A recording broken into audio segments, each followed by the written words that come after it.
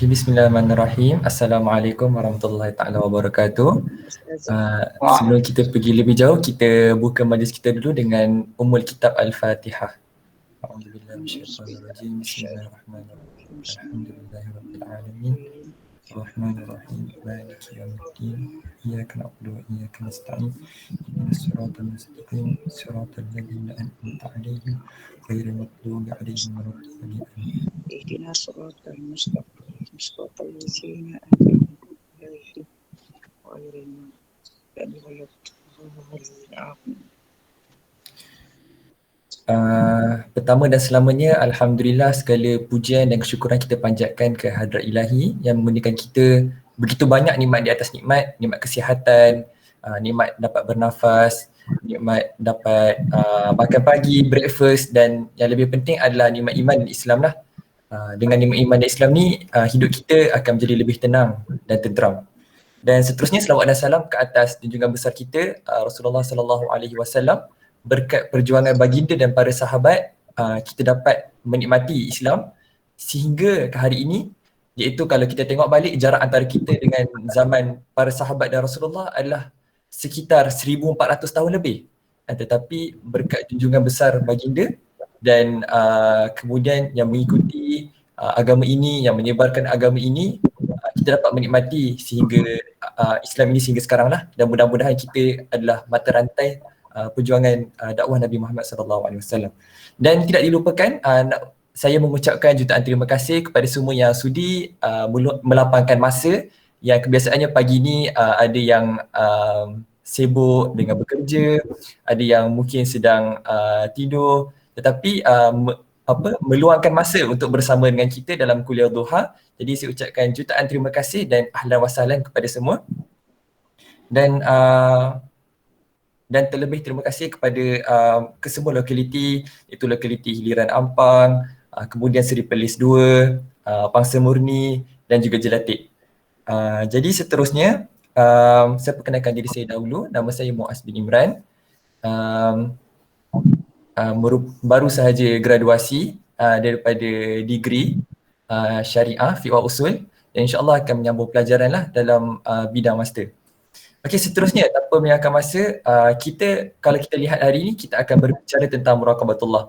Jadi untuk permulaannya, sebagai moderator, saya nak berkongsi sedikit mengenai sepotong hadis. Kalau kita pernah dengar hadis Jibril, itu hadis kedua daripada hadis 40. Di mana dalam hadis kedua ini, datanya Malaikat Jibril kepada Nabi Muhammad bertanya, apakah itu Islam, apakah itu iman, dan apakah itu ihsan. Okey, jadi daripada ketiga komponen ini, yang paling dekat dengan apa yang kita nak bicarakan hari ini adalah tentang ihsan itu sendiri. Jadi kalau saya dapat share sekejap. Kalau kita tengok yang ini, ada suatu ketika Malaikat Jibril bertanya, apakah yang dimaksudkan dengan ihsan? Mal ihsan. Kemudian jawab Nabi Muhammad, an ta'budallaha ka'annaka tarahu fa in lam takun tarahu fa innahu yarak. Maksudnya sesungguhnya kamu menyembah Allah seolah-olah kamu melihatnya, tetapi jika kamu tidak melihatnya, maka sesungguhnya dia melihat kamu. Jadi daripada hadis ini yang berkait rapat dengan apa yang kita nak bicarakan hari ini mengenai muraqabatullah, iaitu kita merasakan dalam setiap ibadah kita merasakan bahawa Allah sentiasa melihat kita dan kita sentiasa dekat dengan Allah dalam setiap apa yang kita lakukan dalam kehidupan. Dan saya tak nak bercakap panjang sebab saya hanyalah moderator, saya bukan penceramah hari ini. Jadi okey, sebelum tu terlupa untuk memperkenalkan penceramah kita hari ini.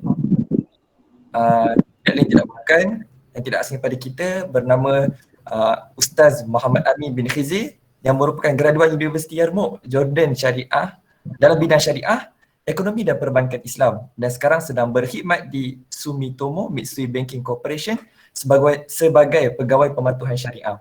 Dan sekarang sedang menetap di Ceras, telah berkahwin dan mempunyai 3 orang anak, dan merupakan seorang bendahari untuk Ikram Titi Masa. Jadi tanpa menyangka masa, saya menyerahkan majlis kepada Ustaz Muhammad Amin untuk memulakan ceramahnya. Dipersilakan. Bismillahirrahmanirrahim. Assalamualaikum warahmatullahi wabarakatuh. Innal hamdalillah nahmaduhu wa nasta'inuhu wa nastaghfiruh wa na'udzu billahi min syururi anfusina wa min sayyiati a'malina. Man yahdihillahu fala mudilla lah wa man yudlil fala hadiyalah. Wa asyhadu an la ilaha illallah wahdahu la syarikalah wa asyhadu anna Muhammadan abduhu wa rasuluhu wa la nabiyyu ba'dah. Sekali lagi, Assalamualaikum warahmatullahi wabarakatuh. Alhamdulillah, selama dan tinggi syukur kepada Allah Subhanahu Wa Taala.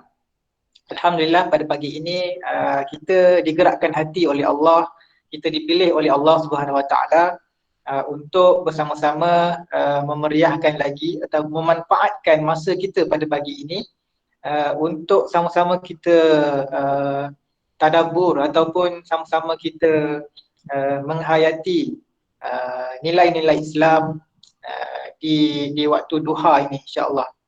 Masya-Allah, saya nampak ada yang dekat macam taman, ada yang dekat dewan, ada yang dekat rumah, ada yang tengah driving pun.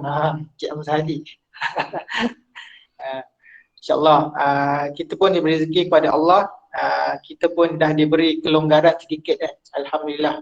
Kita boleh berjalan jauh sikit, kita dah kalau Klang Valley ni, Lembah Klang ni dah masuk ke fasa 2, jadi kita sudah mungkin duduk di dalam rumah lama sangat pun stres kan, jadi kita boleh keluar rumah, ambil angin semua kan.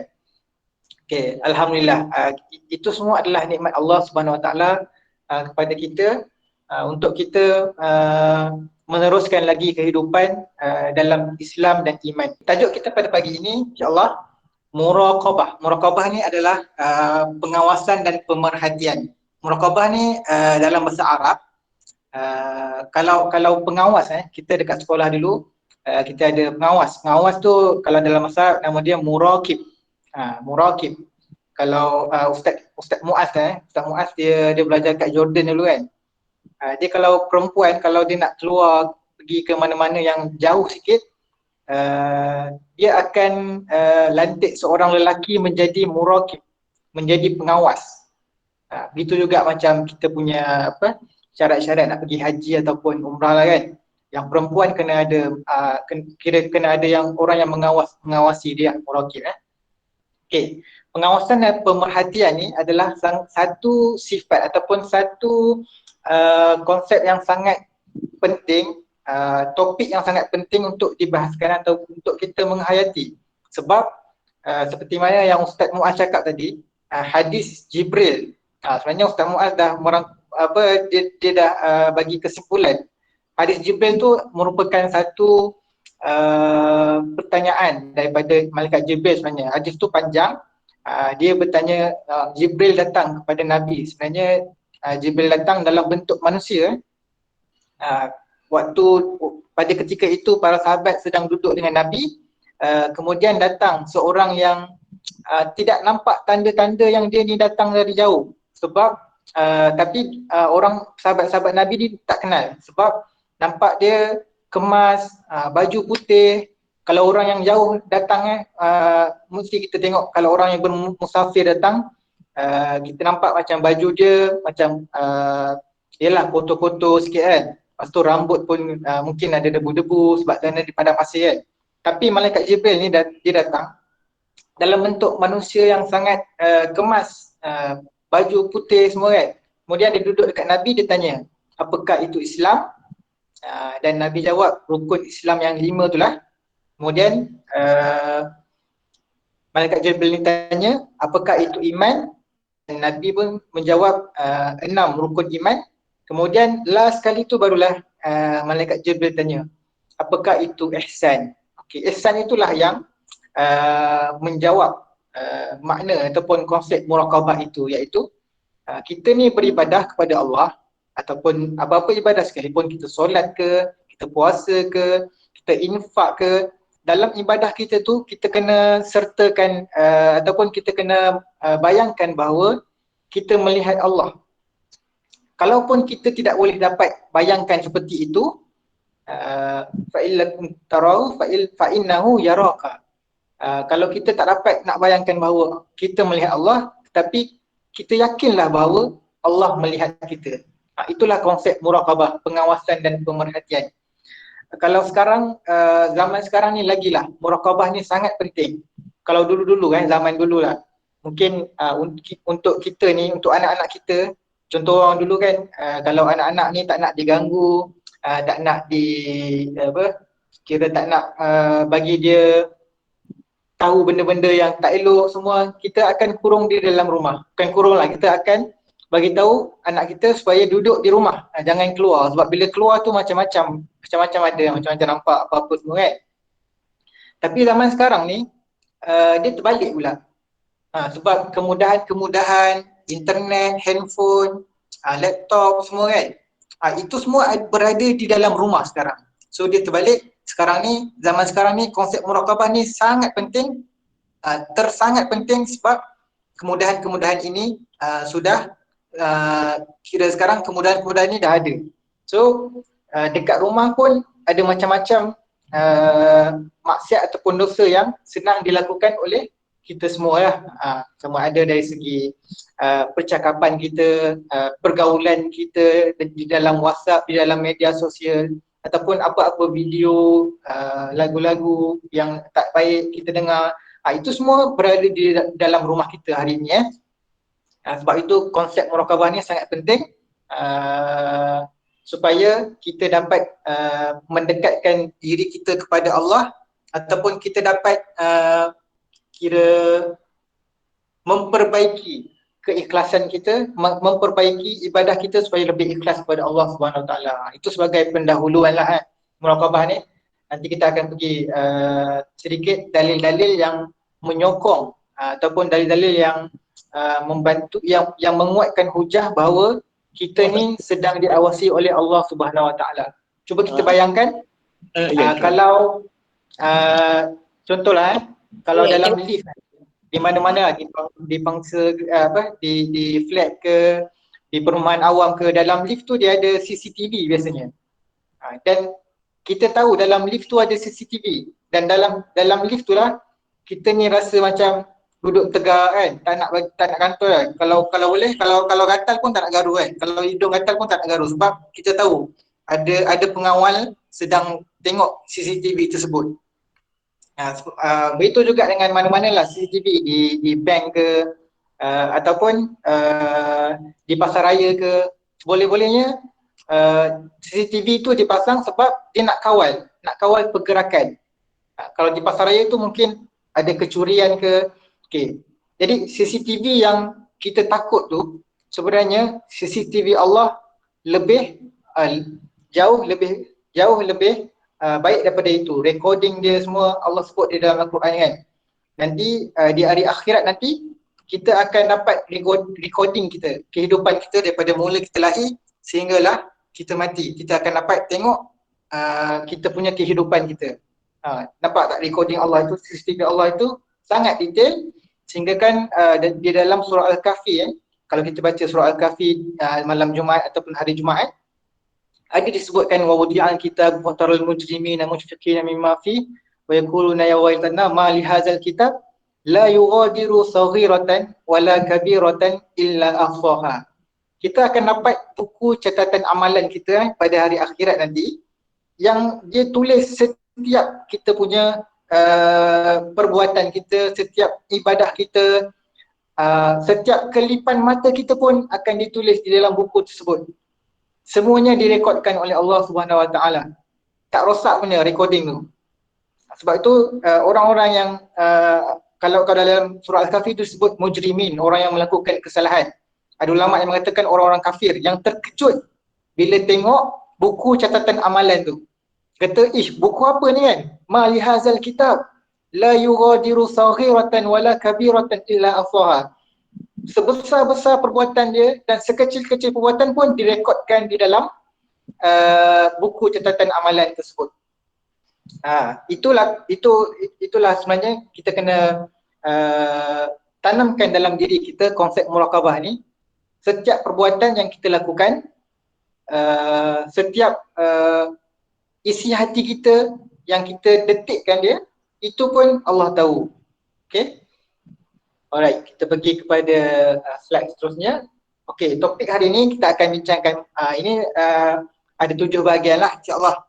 Tak banyak, kita akan pergi secara ringkas lah, kita pun ada 1 jam insyaAllah. Okay, kepentingan muraqabah tadi saya pun dah beritahu sedikit. Kenapa pentingnya muraqabah ini? Sebab supaya kita ni akan, setiap pergerakan kita akan merasai bahawa ada Tuhan yang mencipta kita ni memandang kita.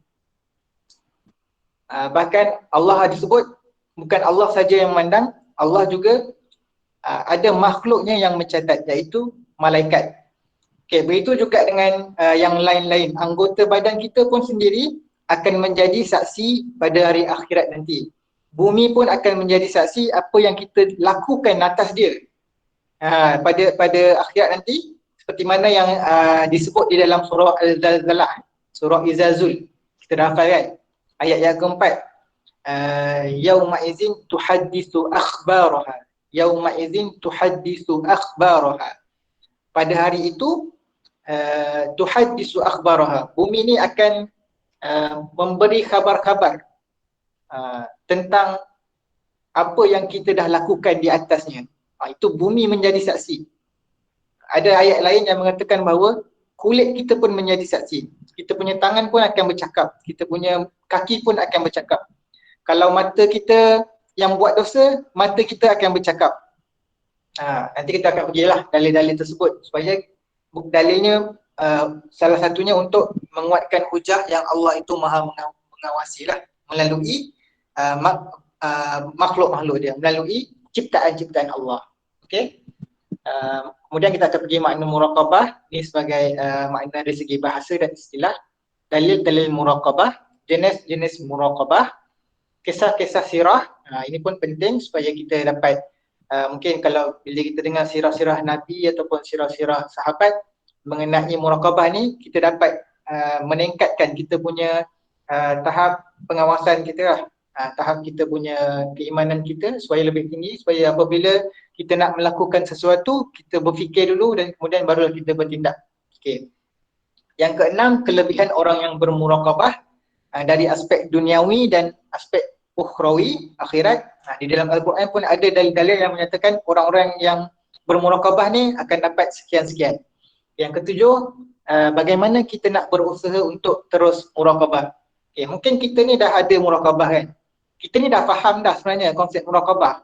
Sebab once kita percaya bahawa Allah itu maha melihat, Allah itu maha mendengar, Allah itu maha mengetahui. Sebenarnya bila kita percaya benda tu, sebenarnya kita tahu bahawa setiap perbuatan kita Allah tahu, setiap perbuatan kita Allah lihat, setiap percakapan kita, setiap bisikan kita Allah dengar. Sebenarnya dari segi prinsipnya kita dah tahu dah konsep muraqabah ni. Tapi bagaimana kita nak kekal diri kita ni di dalam muraqabatullah lah, menjadikan diri kita ni sentiasa diawasi oleh Allah Subhanahu Wa Taala. Okey, Allah sebut di dalam surah Al-Hadid, wa huwa ma'akum aina ma kuntum wallahu bima ta'maluna basir. Dan dia tetap bersama-sama kamu di mana sahaja kamu berada. Wa huwa ma'akum, dia bersama-sama kamu, aina ma kuntum, dekat mana saja kamu berada. Wallahu bima ta'maluna basir. Dan Allah Maha melihat akan apa yang kamu kerjakan. Okay, nampak? Sifat Allah ni dia menyokong, dia menguatkan hujah bahawa Allah itu Maha mengawasi. Contohnya Al-Basir. Al-Basir tu Allah Maha melihat. As-Sami'. As-Sami'. Wallahu sami'un aliman. As-Sami' Allah Maha mendengar. Kemudian Al-Alim. Al-Alim Allah Maha mengetahui. Ada banyak sifat-sifat Allah yang menyokong hujah bahawa Allah itu Maha mengawasi. Okey. Okay, sikap muraqabah yang digambarkan oleh Nabi ketika menjelaskan makna ihsan. Inilah yang dikongsikan oleh moderator kita, iaitu apabila Jibril tanya tentang ihsan. Dan inilah konsep muraqabah. Kita ni beribadah kepada Allah seolah-olah kita melihatnya. Dan kita, kalau kita tak dapat bayangkan bahawa kita melihat Allah, maka sesungguhnya Allah melihat kita. Okay, kemudian tadi kita kata Jibril tu dia tanya, Jibril AS tanya tentang Islam, tentang iman dan tentang ihsan. Okay, bila kita tahu ada 3 kategori tu, jadi setiap daripada kita ni dia mempunyai peringkat yang berbeza-beza. Mungkin orang itu Muslim tapi dia tak sampai ke mukmin. Dan mungkin orang itu mukmin tapi dia tak sampai ke peringkat muhsin. Muhsin ni orang yang bermuraqabah tadilah, yang mana dia sentiasa berasa bahawa diri dia ni diawasi oleh Allah. Setiap pergerakan dia, setiap pergerakan dan perlakuan dia, dia akan berhati-hati sebab dia tahu Allah Maha melihat apa yang dilakukan. Mungkin dia mukmin tapi dia bukan muhsin. Tapi muhsin ni adalah penyempurna kesolehan seorang hamba, kesolehan seorang muslim. Okay, kalau dia dapat peringkat muhsin ni, confirmlah dia mukmin dan muslim. Okay, dia merupakan ulama pun ada mengatakan bahawa ini juga merupakan satu peringkat lah, di mana dekat mana kita sebenarnya, muslim ke kita hanya muslim, kita hanya mukmin, ataupun kita ada ketiga-tiganya, muslim, mukmin, muhsin. Okay. Seterusnya ialah maksud muraqabah. Okay. Dari segi generalnya macam kita tulis tadi lah, secara umumnya pengawasan dan pemerhatian Allah kepada kita. Okay. Muraqabah ni berasal daripada perkataan raqabah yang membawa maksud memerhati ataupun mengawasi ataupun menyaksi. Okay. Jadi muraqabah ni membawa maksud pengawasan dan pemerhatian, macam mana yang kita tulis tadi lah dalam tajuk. Okay, manakala istilah pula ada yang mengatakan bahawa ia merupakan keyakinan kita sebagai seorang muslim bahawa Allah itu sentiasa mengawasi, sentiasa melihat, sentiasa mendengar dan mengetahui setiap perkara. Okay, Ibn Utsaimin ulama dia ada mengatakan bahawa muraqabah ni ada 2 perspektif lah yang kita boleh lakukan. Yang pertama, kita bermuraqabah kepada Allah dalam bentuk ibadah kita. Maknanya setiap ibadah kita, kita tahu bahawa Allah Maha melihat, Allah Maha mendengar dan Allah Maha mengetahui. Dan kita akan berusaha supaya amalan kita tu menjadi ikhlas. Amalan kita tu menjadi semata-mata kerana Allah, bukan kerana pandangan manusia. Itu yang pertama. Maknanya kita buat ibadah kita dalam masa yang sama kita meyakini bahawa Allah Maha melihat. Yang kedua pula ialah yang pertama dari aspek ibadah, yang kedua barulah kita meyakini bahawa Allah Maha mengetahui, Allah Maha melihat dan Allah Maha mendengar. Okay, itu yang 2 perspektif lah. Pertama dalam bentuk ibadah, yang kedua dalam bentuk keyakinan kita kepada Allah Subhanahu Wa Taala. Okay, muraqabah ataupun muraqabatullah membawa maksud pengawasan terhadap zat yang menjaga kita, Allah, dan menaruh perhatian yang sebesar-besarnya kepada Allah Subhanahu Wa Taala. Okay, seperti seterusnya. Okay, ada ulama yang berpendapat bahawa muraqabah ini dia merangkumi sifat-sifat Allah seperti Ar-Raqib. Okay, sifat Allah Ar-Raqib yang Maha mengawasi. Kalau kita lihat dalam Al-Quran pun ada tulis, ada mengatakan bahawa kita ni akan amalan-amalan kita akan catat kan, Raqib dan Atid. Kalau kita belajar malaikat dulu, nama malaikat lah, ada yang kata ini bukan nama malaikat, ni sebenarnya sifat dia yang mencatat kan, Raqib. Raqib ni Maha mengawasi. Al-Alim Maha mengetahui. As-Sami' Maha mendengar. Al-Basir Maha melihat. Okay, muraqabah kepada Allah, kita mengetahui bahawa Allah tahu segala-galanya, baik ucapan kita, perbuatan kita ataupun keyakinan kita ataupun bisikan kita. Okay, Allah As-Sami', Allah Maha mendengar. Kalau kita lihat pendengaran manusia, kita ni pendengaran manusia ni sangat terhad kan. Penglihatan kita pun sangat terhad. Kalau pendengaran contohnya kan, kita nak kata bila kita contohlah kalau di sekolah tahfiz ke kan, kalau seorang ustaz ni dia nak mendengar anak murid dia tasmi', anak murid dia nak hafal kan, dia biasanya akan suruh sorang-sorang dengar, anak-anak murid dia sorang-sorang supaya tasmid lah, tak boleh nak tasmid sekali sebab kita ada 2 telinga je. 2 telinga ni pun boleh dengar satu je sebenarnya. Itu mana pendengaran kita terhad. Kalau disuruh seorang ni baca sambil seorang lagi pun baca juga, mungkin anak murid dia seorang ni salah, dia tak perasan. Tapi bila kita kena percaya bahawa Allah As-Sami', Allah ni boleh mendengar semua hamba-hambanya berdoa serentak pun tak apa. Contohnya macam hari Arafah kan. Hari Arafah semua orang berkumpul di padang Arafah. Semuanya orang berdoa. Tak ada pun nak kata kau doa dulu, kemudian ni doa pula. Tak ada. Sebab Allah Maha mendengar. Allah Maha mendengar ni maknanya Allah setiap doa yang kita panjatkan kepada Allah SWT, Allah mendengar setiapnya. Begitu juga dengan penglihatan kita. Penglihatan kita sebagai manusia terhad kan. Tapi bila kita percaya bahawa Allah Maha melihat, Allah tahu semuanya. Dekat mana kita nyorok, dekat mana kita sembunyikan amalan kita semuanya, Allah tahu. Allah Maha melihat. Begitu juga dengan Allah Maha mengetahui. Jadi mungkin kita boleh pergi kepada dalil-dalil yang Allah sebutkan di dalam Al-Quran. Okey, ini dalil-dalil Allah Maha mengawasi. Okey, kita pergi kepada mungkin kita boleh baca sikitlah satu-satu.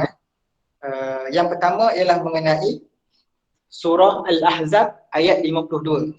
Okey, yang mana Allah sebut di dalam Al-Quran, la yahillu lakan nisa min ba'du wala an tabadda bihinna min azwajin walau a'jabaka husnuhunna illa ma malakat yaminuk wa kana Allahu ala kulli syai'in raqiba. Ini yang last sekali lah kita ambil dia punya ayat dia. Wa kana Allahu ala kulli syai'in raqiba. Dan ingatlah bahawa Allah sentiasa mengawasi tiap-tiap sesuatu. Okey, ar-raqib kan. Kita punya tajuk pun muraqabah kan. Jadi Allah kata innallaha wa kana Allahu ala kulli syai'in raqiba, dan ingatlah Allah sentiasa mengawasi setiap sesuatu. Okey, yang kedua surah Az-Zukhruf. Surah Az-Zukhruf ayat ke-80. Am yahsabuna anna la nasma'u sirrahum wa najwahum bala wa rusuluna ladaihim yaktubun.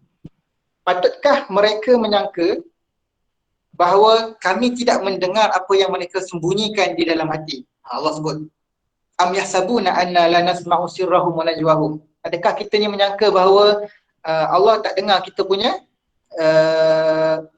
isi hati kita dan bisikan wa najwahum bala wa rusuluna ladaihim yaktubun.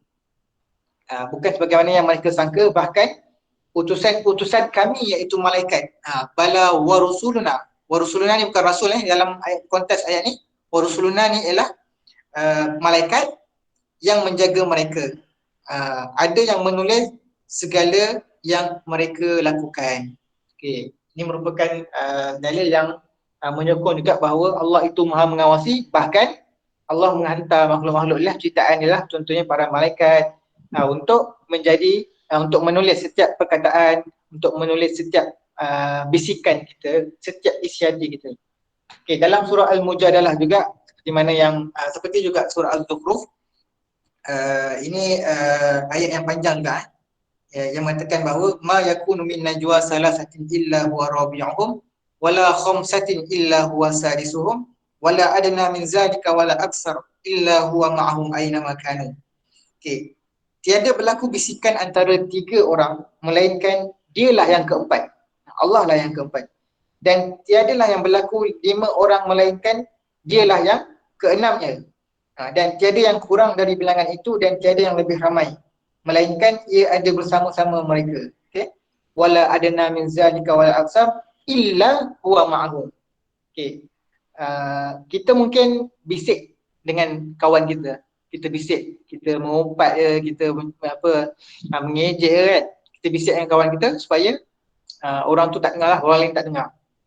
Tapi Allah kata kat sini, setiap bisikan tu kalau 2 orang berbisik, maka Allah lah yang orang ketiga. Kalau ada 5 orang yang berbisik, maka Allah lah yang keenam itu. Dan tidak ada yang lebih ataupun kurang daripada itu. Wala adna min zalika wala aksar illa huwa ma'ahum aina ma kanu. Kecuali Allah bersama-sama mereka dekat mana pun kita berada. Jadi kita kena ingat tu lah, setiap apa yang kita nak tuturkan, setiap apa yang kita nak cakapkan, ataupun kita nak perli ke kan, semuanya Allah mendengar, Allah catat. Okay. Kemudian surah Al-Imran. Surah Al-Imran ayat yang kelima, innallaha la yakhfa 'alaihi syai'un fil ardi wala fis sama'. Sesungguhnya Allah tidak tersembunyi kepadanya sesuatu pun yang ada di bumi dan juga yang ada di langit. Innallaha la yakhfa 'alaihi syai'un fil ardi wala fis sama'. Dan yang seterusnya ialah surah Al-An'am. Okay, surah Al-An'am ayat yang ke-59, wa indahu mafatihul ghaib la ya'lamuha illahu wa ya'lamu ma fil barri wal bahr wa ma tasqutu min waraqatin illa ya'lamuha wa la habbatin fi dhulumatil ard wa la ratbin wa la yabisin illa fi kitabim mubin. Ini lagi detail Allah sebutkan di dalam surah Al-An'am ayat yang ke-59. Kalau tadi kita dengar bahawa Allah mendengar setiap bisikan kan. Jadi pada kali ini yang membawa maksud dan pada sisi Allah jugalah anak kunci perbendaharaan segala yang ghaib, segala yang kita tak nampak. Okay? Tiada sesiapa yang mengetahuinya melainkan dialah sahaja. Kemudian Allah kata wa ya'lamu ma fil barri wal bahr, dan ia mengetahui apa yang ada di darat dan apa yang ada di laut. Wa ma tasqutu min waraqatin illa ya'lamuha, dan tidak gugur sehelai daun melainkan Allah pun tahu daun tu sedang gugur. Ingat daun yang gugur daripada pokok, Allah tahu setiap perbuatan dia, setiap peristiwa tersebut. Wala habbatin fi zulumatil ard, dan tidak gugur sebutir biji pun dalam kegelapan bumi. Wala ratbin wala yabisin, dan tidak gugur yang basah dan yang kering, illa fi kitabim mubin, melainkan semuanya tercatat, semuanya tertulis di dalam Lauh Mahfuz yang terang lagi nyata. Okay, ingat apa-apa sekalipun yang terjadi di bumi ini, walaupun Allah sebut di dalam ayat ni, walaupun daun jatuh, walaupun sebutir biji yang jatuh di dalam kegelapan, sama ada dia basah ataupun kering, maka itu pun Allah tahu. Itu pun Allah tahu. Apatah lagi benda-benda ni semua Allah yang menguruskannya, Allah yang menciptanya. Okay, ini merupakan dalil-dalil bahawa Allah Maha mengawasi supaya kita punya diri kita ni supaya dapat meningkatkan kita punya konsep ataupun sifat muraqabatullah. Okay, ini adalah dalil-dalil yang menyokonglah surah Fussilat. Okay, surah Fussilat ayat 21 hingga 22. Hatta idza ma ja'uha syahida alaihim sam'uhum wa absaruhum wa juluduhum bima kanu ya'malun. Okey, yang ini tadi merupakan satu hujah ataupun dalil yang menguatkan hujah bahawa anggota badan kita semua akan menjadi saksi pada hari akhirat kelak. Sehingga apabila mereka sampai ke neraka, maka pendengaran dan penglihatan serta kulit-kulit badan mereka menjadi saksi terhadap mereka, okay, mengenai apa yang mereka telah kerjakan. Kemudian Allah sambung lagi, waqalu lijuludihim lima syahidtum alaina. Kemudian orang tu berkata kepada kulit-kulit badan mereka, mengapa kamu menjadi saksi terhadap kami? Kemudian kulit tersebut bercakap, kulit tu bercakap, ni Allah sebut di dalam Al-Quran. Kulit-kulit badan mereka menjawab, Allah yang berkuasa menjadikan tiap-tiap sesuatu pandai berkata. Qalu antaqanallahu alladhi antaqa kulla syai'in wa huwa khalaqakum awwala marrah wa ilaihi turja'un. Dialah yang menciptakan kamu pada mulanya dan kepadanya lah kamu dikembalikan untuk menerima balasan. Ini dalil-dalil yang menguatkan hujah lah. Kemudian surah Al-Zalzalah tadi, yauma idzin tuhaddisu akhbaraha, dan surah Al-Kahfi juga kita dah sentuh tadi bahawa setiap perbuatan, setiap amalan kita akan dicatat di dalam buku amalan. Okay. Jadi yang mencorakkan diari kita, itu merupakan diari kita. Yang mencorakkan diari ataupun buku catatan amalan tersebut adalah diri kita sendiri. Jangan terkejut bila kita dapat buku catatan amalan kita lihat kan. Tapi memang digambarkan dalam Al-Quran ramai yang terkejut kan. Contohnya macam tadilah orang yang mujrimin ataupun orang kafir yang kata buku apa ni kan, sangat detail buku dia. Sekecil-kecil ataupun sebesar perbuatan pun ada tercatat di dalam buku tersebut. Okay. Di dalam buku Syekh Dr. Abdullah Nasir Ulwan di dalam kitab dia Tarbiyah Ruhiyah, dia membahagikan muraqabah ni kepada 4. Okay, yang pertama, muraqabah kita dalam ketaatan kepada Allah Azza wa Jalla. Okay, seperti mana bila kita melakukan ibadah-ibadah ataupun melakukan ketaatan lah, ibadah-ibadah sunnah ke, kita solat ke, okay, itu merupakan muraqabah di dalam ketaatan. Kemudian muraqabah dalam kemaksiatan. Bila kita nak tiba-tiba terfikir, terlintas untuk melakukan kemaksiatan, maka kita pun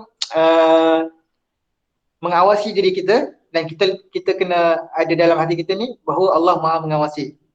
Tak ada kita nak buat dosa ataupun maksiat. Kemudian muraqabah dalam hal-hal yang harus. Ini dalam amalan-amalan kita lah. Contohnya kita infak ke, kita ikhlaskan diri kita kepada Allah. Contohnya kalau infak kan, infak ni biasanya kalau kita ada sifat muraqabah di dalam infak kita ni, bila kita bagi tu, kita dah bila kita bagi tanpa pengetahuan orang, kita pun dah rasa seronok bahawa kita pun tahu Allah dah nampak pun, Allah dah tahu pun yang kita dah infak. Tak ada pun kita rasa macam rasa hati, tak ada orang nampak ni, aku kena bagi tahu orang yang aku sedekah kan. Itu sifat muraqabah kita masih lemah lagi lah. Sebab kita nak pujian ataupun pandangan manusia, bukannya hanya pandangan Allah. Muraqabah terhadap ujian dan musibah yang menimpa. Okay, apabila kita ditimpa ujian ataupun musibah yang Allah uji kita, maka sifat muraqabah kita, kita kena percaya bahawa ujian itu adalah Allah nak meningkatkan keimanan kita, Allah nak meningkatkan darjat kita. Itu adalah sifat-sifat muraqabah yang kita perlu ada ketika mana kita diuji ataupun ditimpa musibah. Okey, kita pergi sedikit, ada 7 minit lagi. Kisah-kisah mengenai muraqabah. Okey, kisah Nabi Yusuf alaihissalam. Ini kisah yang famous, yang tercatat, yang termaktub sendiri di dalam Al-Quran, yang Nabi pun cerita sendiri, Allah pun cerita sendiri, di mana Nabi Yusuf digoda oleh Imra'atul Aziz, perempuan menteri lah. Ini kisah yang cukup famous lah, mengenai godaan terhadap Nabi Yusuf, yang mana pada ketika itu pintu semua sudah ditutup. Ini kita boleh tengok di dalam surah Yusuf sendirilah, kita baca terjemahan ke ataupun Tadabbur ke. Pintu sudah ditutup, tak ada orang nampak. Perempuan tu yang offer, dan ada Nabi Yusuf dan dia saja, tak ada orang nampak.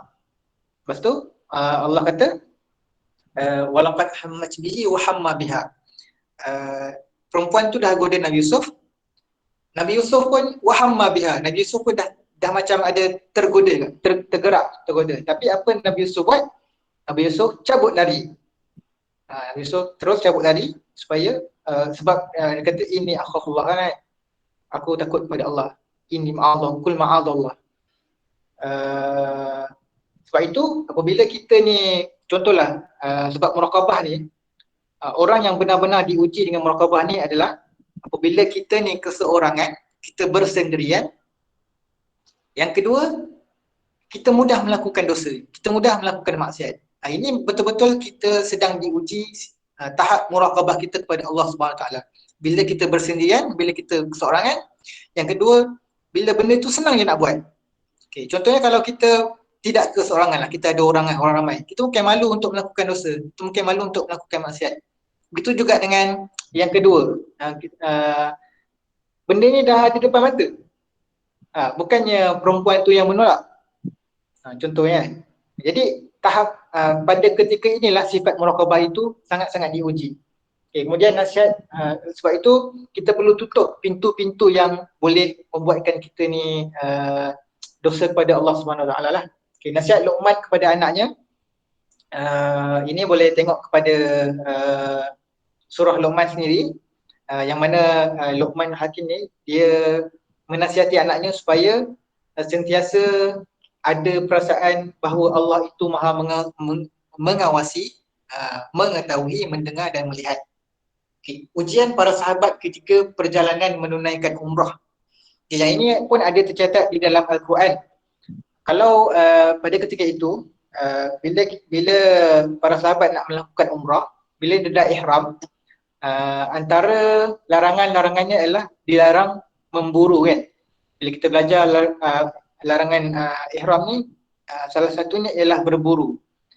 Menjadi perbahasan pada ketika itulah sebab pada waktu itu dari Madinah ke Mekah tu perjalanan sangat panjang. Bukannya macam sekarang lah kan.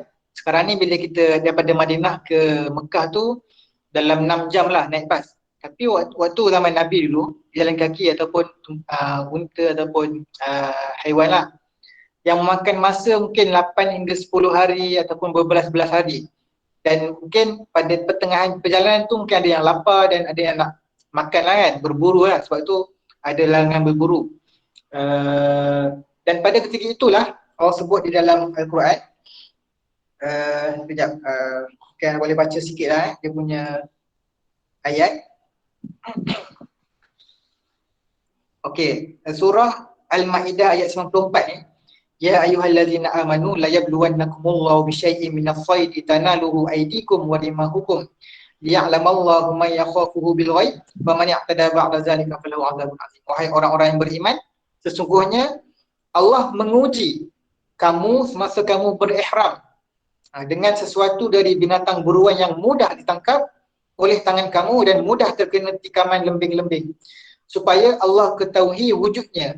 Okey, ni liya'lamallahu man yakhafuhu bil ghaib, supaya Allah nak tahu wujudnya siapa yang takut kepada Allah semasa ia tidak melihatnya, semasa tak ada orang melihat. Bayangkan Allah uji para sahabat ni waktu tengah-tengah perjalanan tu. Mungkin sebelum ni susah nak berburu kan, binatang tu lari, alat tak ada. Tapi Allah uji para sahabat ni, binatang-binatang yang liar tu sendiri pergi kepada para sahabat. Allah kata tanah luhu aidikum, boleh ambil dengan tangan je. Macam mana ujian para sahabat pada ketika itu. Mungkin sahabat lain tak nampak, binatang buruan tu datang kepada dia. Itu pun sama juga, nak menguji, Allah kata nak menguji sifat muraqabah para sahabat pada ketika itu. Tapi para sahabat ni luluslah ujian tersebut. Kemudian Allah kata liya'lamallahu man yakhafu bil ghaib. Allah nak uji, Allah nak tahu siapa di kalangan para sahabat ni yang dapat menangani ujian tersebut. Okey, kemudian hadis 3 orang yang terperangkap di dalam gua. Okey, ini pun hadis yang sangat famous, hadis yang sangat panjang. Saya cuba ringkaskan. Ada 3 orang ni dia terperangkap dalam gua, tak boleh nak keluar. Tapi bila mereka ni berbincang, apa kata kita berdoa dengan kita bagi tahu apakah amalan-amalan yang pernah kita lakukan yang mana kita rasa bahawa pada ketika itu kita sangat-sangat berharap kepada Allah saja. Kita tahu bahawa Allah yang Maha melihat. Okey, so 3 orang ni dia pun sama-sama bercerita. Yang pertama, dia kata dia seorang pengembala kambing. Dia ada ibu bapa yang tua dan dia pun ada anak-anak. Kemudian dia kata setiap kali dia balik, dia akan perah susu kambing tersebut dan dia akan bagi minum kepada ayah dan ibu dia. Pada satu hari dia balik, dia nampak mak ayah dia dah tidur. Kemudian dia kata dia perah juga susu tu dan dia tak bagi pun anak-anak dia selagi mana dia akan bagi mak ayah dia dululah. Dan dia berjaga malam, dia takut kalau mak ayah dia ni terbangun, dia nak susu tersebut, dia lapar lah. Dia tunggu je mak ayah dia bangun sehinggalah pagi. Sampaikan dikatakan bahawa anak-anak dia pun menangis sebab kelaparan, tapi dia tak nak bagi sebab dia ni kira dia kata Allah Maha melihat yang aku ni berbakti kepada ibu bapa dia lah. Dia tak nak bagi anak dia dulu, tapi dia terus berjaga malam juga. Dia mengawasi bahawa mak ayah dia ada terbangun ke tidak, kemudian besok paginya barulah dia bagi. Lepas tu dia kata dia pun berdoa, Allah kalau ini merupakan satu sifat muraqabah aku kepada kamu, maka bagilah kami keluar pada gua ni. Lepas tu pintu gua tu pun dia terbuka sikit lah, batu tu terbuka sikit. So orang yang kedua ni pun sama, dia ceritakan apakah konsep muraqabah yang pernah dilakukan ataupun amalan ibadah yang dilakukan. Ini seperti dia kata dia ada seorang sepupu yang dia sangat cintai lah, yang dia sangat suka pada sepupu tersebut. Dia kata kalau kat dunia ni akulah yang paling mencintai dia lah. Tapi dia pun sering mengajak, dia selalu mengajak sepupu dia ni pun untuk berzina lah, melunaskan nafsu kan. Tapi dia kata sehinggalah satu masa sepupu dia ni ada kesulitan dan dia nak pinjam sedikit harta lah, wang. Lepas tu dia kata boleh bagi kecuali kamu menjadi milik aku lah, kira dia nak melulahkan nafsu dia. Tapi bila mana dia nak buat maksiat tersebut, dosa tersebut, perempuan tu kata aku tak halalkan, ittaqullah, dia kata bertakwalah kamu kepada Allah. Kemudian lelaki ni pun stop, dia kata inni akhafullah, aku pun takut kepada Allah. Jadi dia stop benda tu. Maknanya dalam keadaan itu pun konsep muraqabah itu sedang diuji ke atas lelaki tersebut, dan dia pun rasa malu. Dia kata wahai Allah, kalau inilah merupakan satu konsep muraqabah yang ada pada aku, pada kamu, maka bukalah pintu gua tersebut. Kemudian pintu tu buka sedikit lagi, tapi mereka tak boleh keluar lagi. Sehinggalah orang yang ketiga tadi, orang yang ketiga dia pun pula cerita pasal dia punya amalan lah. Dia kata dulu dia ada upah beberapa orang, kemudian pada hari bayar gaji tersebut dia bayar kepada semua orang kecuali seorang. Seorang ni tak ada, dia tinggalkan dulu. Kemudian dia kata dia ambil upah yang dia nak bagi tu, dia invest. Dia kira buat pelaburan lah. Sehinggalah banyak mengatakan bahawa dia ni ada, bila dia invest tu ada unta, ada binatang ternakan, ada macam-macam tumbuh-tumbuhan. Sehinggalah selepas beberapa tahun, orang tu datang balik. Dia kata dulu aku tak ambil pun upah aku, sekarang aku nak ambil. Lepas tu lelaki ni pun kata, kau ambil lah semua yang ada di depan ni, semuanya merupakan upah kau. Lepas tu orang lelaki tu pun kata, janganlah ejek aku kan, aku punya upah sikit je. Tetap, inilah upah kamu semua, aku dah invest lah, aku dah buat pelaburan. Okay, kalau macam kita lah kan, mungkin kita kata aku bagi balik lah upah yang dulunya kan, yang invest ni aku, bukan dia kan. Tapi dia tahu bahawa Allah Maha mengetahui, Allah Maha melihat, Allah Maha mendengar apa isi hati dia, sebab dia nak invest kan. Sebab tu dia bagi semua kepada orang tersebut, dan orang tu pun tak bagi langsung pun kepada lelaki, tak bagi langsung sesuatu pun kepada lelaki tersebut lah.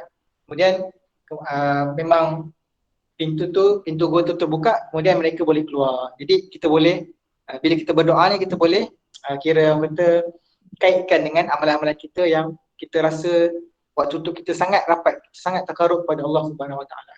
Okey, ganjaran orang yang bermuraqabah, secara ringkas, yang kiri tu bersifat ukhrawi, keampunan dan pahala yang besar. Okey, Allah sebut di dalam Al-Quran sebagai contoh di dalam surah Ar-Rahman, waliman khafa maqam rabbih jannatan. Siapa yang takut pada Allah Subhanahu Wa Taala, maka dia akan dapat 2 syurga.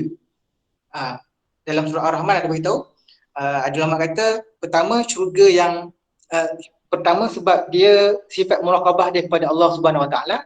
Yang kedua sebab dia ni meninggalkan maksiat. Waliman khafa maqam rabbih jannatan. Kemudian keampunan dan pahala yang besar. Innal ladzina yakhshawna rabbahum bil ghaibi lahum maghfiratun wa ajrun kabir. Ini dalam surah Al-Mulk. Siapa yang ada rasa takut kepada Allah Subhanahu Wa Taala dalam keadaan yang tak ada orang pun nampak kecuali dia dengan Allah, maka Allah akan memberi keampunan dan pahala yang besar. Naungan dan lindungan Allah ketika mahsyar. Okey, tak sempat nak syarah hadis yang tentang 7 golongan yang Allah bagi naungan dekat padang mahsyar nanti. Kan matahari kira sejengkal dengan kita, tapi ada 7 golongan yang Allah bagi naungan dan lindungan, ataupun kita katakan pelindungan takaful yang Allah bagi kepada 7 golongan tersebut. Banyak antara 7 ni, banyak yang dikaitkan dengan sifat muraqabah kepada Allah. Contohnya pemimpin yang adil. Pemimpin adil pun kena ada sifat muraqabah kepada Allah, sebab dia pun banyak akses yang dia boleh ambil kan, contohnya harta ke, rasuah ke, macam-macam lagi lah. Kemudian salah satunya ada juga yang mengatakan bahawa perempuan datang kepada diri dia, perempuan yang cantik dan kaya raya, mengajak dia untuk melakukan maksiat, tapi dia kata inni akhafullah. Itu pun sama juga. Ada yang lain-lain yang antara 7 golongan ni banyak yang Allah kaitkan dengan sifat muraqabatullah. Okey, ini di dunia, kekuatan menghindari maksiat dan dalam keseorangan ataupun ramai. Bila kita ada sifat muraqabah, kita kuat untuk meninggalkan maksiat. Kemudian senang mendapat ikhlas dalam ibadah. Kita tak kisah pun pandangan orang. Kita kata, oh Allah dah tahu, sudah cukup. Aku infak ni untuk Allah tahu je, yang lain tak payah. Aku puasa ni untuk Allah tahu je. Okay, khusyuk dalam solat. Bila kita ada muraqabah, kita akan rasa Allah pandang kita waktu ketika solat. Jadi kita akan dapat khusyuk di dalam solat. Meningkatkan ketakwaan. Okay. Ini last kali. Bagaimana kita berusaha untuk terus bermuraqabah, ni secara ringkas lah. Kita meningkatkan keimanan kita lah melalui ibadah ketaatan kepada Allah. Kita merenung ataupun tadabbur ayat-ayat kauniyah, ayat-ayat ciptaan Allah. Macam tadi kan kita kata bumi ni akan menjadi saksi apa yang kita lakukan. Tangan kita menjadi saksi. Anggota badan kita akan menjadi saksi. Bila kita renungkan tadabbur, kita akan rasa bahawa takut kepada Allah untuk melakukan apa-apa pun. Okay, merenungi ayat-ayat qauliyah, merenungi ayat Al-Quran lah, tadabbur, melatih diri untuk menjaga perintah Allah dan menjauhi larangan Allah, mengingati mati pun sama, akan menjadikan sifat muraqabah kita sangat tinggi, memperbanyakkan amalan-amalan sunnah, taatan, merenungi kehidupan salafus soleh dalam muraqabah. Ini antara peristiwa-peristiwa yang ataupun kisah-kisah sirah yang kita dah beritahu tadi lah. Bila kita tengok balik hadis Nabi yang 3 golongan tu, kita akan dapat rasa kita pun nak ikut macam mana sifat muraqabah para sahabat dan para salafus soleh. Bersahabat dengan orang-orang baik ataupun soleh dan banyakkan menangis, kurangkan ketawa. Okey. Rasanya okey, wallahu alam. Jazakumullahu khair. Kalau ada Q&A lah, soalan insya-Allah. Okey. Jadi topik muraqabah sangat penting lah pada zaman ini lah, terutamanya pada zaman kita sekarang ni, sebab macam-macam kita boleh macam-macam kemudahan yang ada lah pada ini. Lebih-lebih lagi kita ni masih lagi di dalam PKP yang masih dalam kawalan pergerakan lah, yang mana kita pun tak boleh nak akses keluar. Macam kita cakap tadi lah, kalau zaman dulu mungkin kita duduk rumah supaya tak ada gangguan kan. Tapi sekarang ni dalam rumah pun banyak gangguan ni lah, handphonenya, internetnya, laptopnya, WhatsApp, media sosial pun banyak kan, Facebooknya. Jadi kena tingkatkan sifat muraqabah kita kepada Allah Subhanahu Wa Taala. Okey, jadi mudah-mudahan kita semua dapat menjadi orang yang muhsin, orang yang kira ada sifat ihsan tersebut. Supaya kita rasa bahawa kita akan merasai bahawa setiap perbuatan, perlakuan kita diawasi oleh Allah Subhanahu Wa Taala. Ya Allah alam. Kita buka kepada soal jawab kalau ada. Okay, terima kasih banyak Ustaz Amin. Jazakumullah khairan katsira. Seterusnya kita pergi ke sesi soal jawab. Jadi kalau ada sesiapa tuan-tuan dan puan-puan yang ada soalan nak ditanyakan, boleh raise hand dulu. Dan kalau mungkin ada yang malu nak bercakap, boleh juga drop soalan dalam chat box. Assalamualaikum. Waalaikumsalam. Untuk memulakan dah ya, sambil menunggu yang lain-lain pula nak bertanya. Jadi kalau kita melihatkan bahawa muraqabah kepada Allah ni merupakan perkara yang penting untuk diri kita kan, supaya kita dapat merasakan pengawasan Allah, melihat kita, mengetahui apa dalam hati kita ya. Macam mana kita nak apakah peranan keluarga dalam membantu kita untuk muraqabah? Okey. Itu soalan. Sebab kita kadang-kadang kita nak, tetapi kalau keluarga tak membantu, dia akan mengganggu lah. Jadi apa peranan mereka tu? Okey, terima kasih kepada Ustazah kita InsyaAllah. Apakah peranan keluarga lah dalam kita memupuk sifat muraqabah tersebut? Salah satunya ialah sifat muraqabah ni Mungkin yang pertama tadi kita ada kata kan, bahawa antara usaha kita untuk memupuk sifat muraqabah kita adalah memilih sahabat yang baik lah. Okay, dalam konteks keluarga pula sebenarnya konsep muraqabah ni kalau kita lihat dalam kita punya silibus pun kan, dia sebenarnya ada dimuatkan di dalam silibus pelajaran kita sejak mula lagi lah.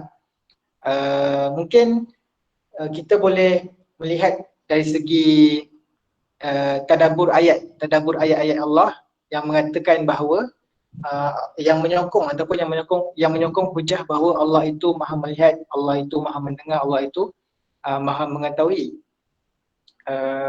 Itu adalah satu peranan, saya rasa ini adalah satu peranan yang penting yang perlu dimulakan oleh ibu bapa sendirilah. Sebab anak-anak ni kan, kalau kita kata, kalau dulu lah, bila dia tak nampak kita, dia akan jadi lain.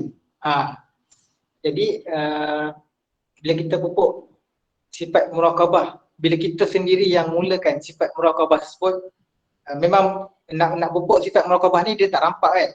Mungkin kita kena beritahu sendiri kepada anak-anak kita, sebab yalah, bila mana contohnya dulu kalau kita lihat anak-anak kita ni, dia depan kita baik, tapi bila dia dah mula di belakang kita ataupun dah mula bersekolah, dia ada campur-campur dengan kawan, dia akan jadi macam lain pula, kita pun rasa macam takut kan. Itu sebenarnya peranan ibu bapa juga dalam mendidik kita supaya bukannya ibu bapa saja yang nampak, bukan ibu bapa saja yang mengawasi, tapi Allah juga mengawasi setiap perbuatan anak-anak kita tadi lah. Mungkin dari segi di dalam perbuatan kita seharian dengan rumah, contohnya selepas solat kita adakan tadabbur ayat-ayat tersebut. Selepas solat kita mungkin tak banyak, satu ayat, dua ayat, ataupun ayat-ayat yang ringkas dalam juz amma contohnya kan, macam tadi surah Al-Zalzalah, kita beritahu supaya kita ni ada rasa takut akan akibat ataupun benda-benda ayat-ayat yang membawa kita ni mendekatkan diri kepada Allah.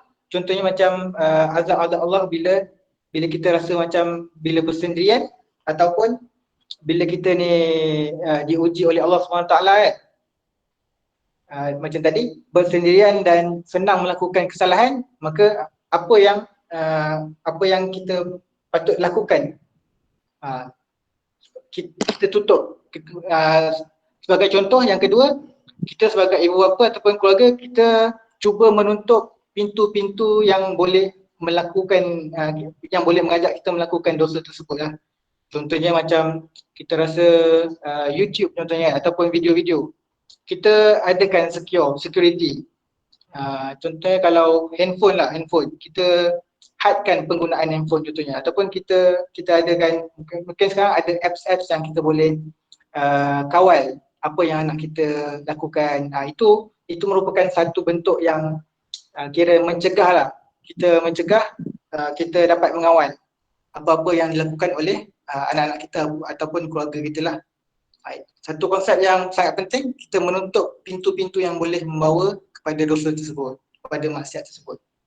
Okay, itu sebagai contoh lah, insyaAllah. Terima kasih Ustaz. Okay, ada lagi?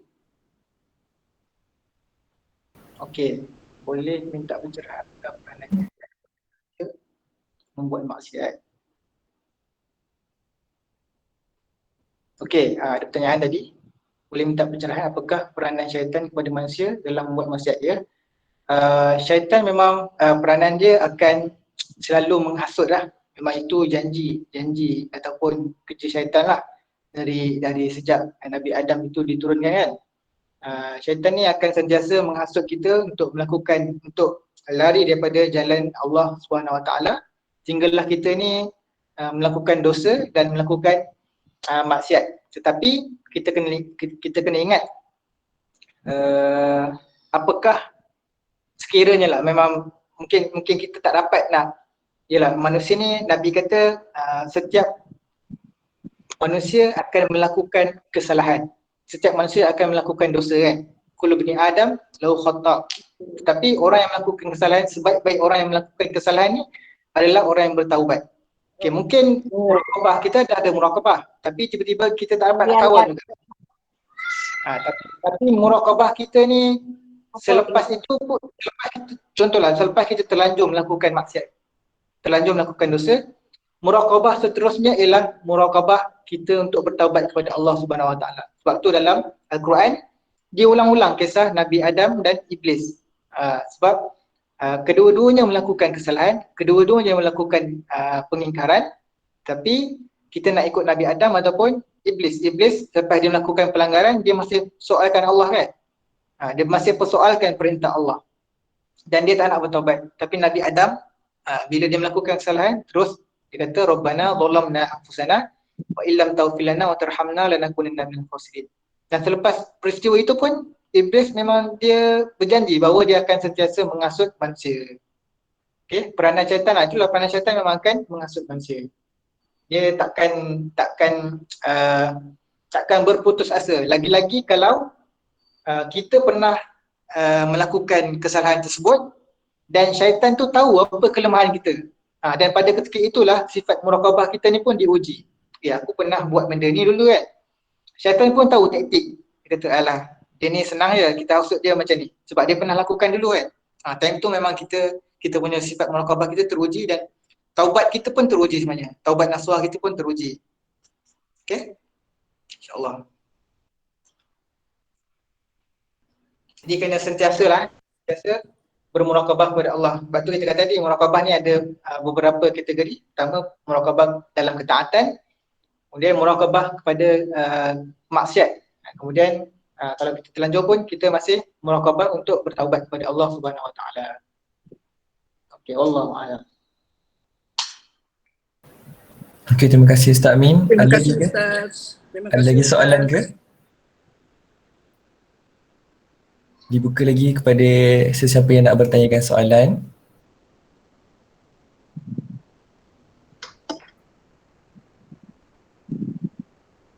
Jadi kalau dah tak ada dah, kita ucapkan jazakumullah khairan kathiran kepada Ustaz Amin dan kepada semuanya hadir dan sudi memeriahkan majlis kita, dan seterusnya sebelum kita beredar, saya nak minta masa sikit untuk kita sama-sama ambil gambar. Bagi yang boleh buka kamera tu, boleh buka kamera. Itu dia. 1, 2, 3. Okey, terima kasih semua. Okey, terima kasih semua. Sebelum kita beredar, jadi saya nak buat sedikit promosi. Okey, saya ada sertakan dekat situ ada satu link di mana penduduk Seri Perlis 2 ada menyertai pertandingan kebun komuniti. Jadi minta kepada semua penonton yang ada bersama dengan kita untuk sama-sama kita buka link tersebut nanti, dan kita boleh sama-sama like dan share lah untuk beri sokongan, dan mudah-mudahan mereka penduduk Seri Perlis dapat memenangi pertandingan ni. Okey, terima kasih Ustaz. InsyaAllah tu sahaja, kita tutup majlis kita dengan tasbih kafarah dan surah Al-As. Subhanakallahumma wa bihamdika asyhadu an la ilaha illa anta astaghfiruka wa atubu ilaik. Wal 'asri innal insana lafi khusr illa alladhina amanu wa 'amilus solihat wa tawassaw bil haqq wa tawassaw bis sabr. Okey, terima kasih semua. Kita jumpa lagi pada masa-masa akan datang insya-Allah. Assalamualaikum warahmatullahi taala wabarakatuh.